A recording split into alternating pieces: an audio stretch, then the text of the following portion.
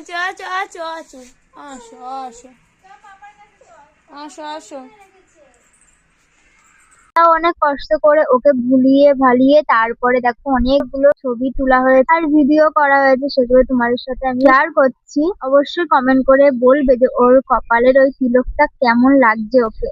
ওর তিলকটা কিন্তু করা হয়েছে সিঙ্গেল টিপ দিয়ে, উর্বির দিদি করে দিয়েছে ওই তিলকটা। আর ওই কপালের তিলকটা কেমন লাগছে অবশ্যই কমেন্ট করে বলবে। আর দেখতেই পাচ্ছ উর্বি বারবার শুধু হাঁড়িটার মধ্যে হাত ঢুকাচ্ছে, যেহেতু হাঁড়িটা ওর মামা বাড়ি থেকে এনেছে, এর জন্য খালি হাঁড়ি তো আর পাঠানো যায় না, এর জন্য হাঁড়িটার মধ্যে আমার মা কত চাল ঢুকিয়ে তাই হাঁড়িটা পাঠিয়েছে। আর উর্বি বারবার শুধু হাঁড়িটার মধ্যে হাত ঢুকিয়ে চালগুলো সারা রাস্তায় ফেলাচ্ছে, অসহ্য লাগছে। ওর বাবা তো রেগে যাচ্ছে যে হাঁড়িটাকে ধুয়ে আয়। আমি বলছি আর কথা হাঁড়িটার মধ্যে ছবি তুলে নাও, তারপরে আমি হাঁড়িটা ধুয়ে আসবো। তারপরে কতগুলো এই তো নিয়ে আইছে, দেখো কি সুন্দর।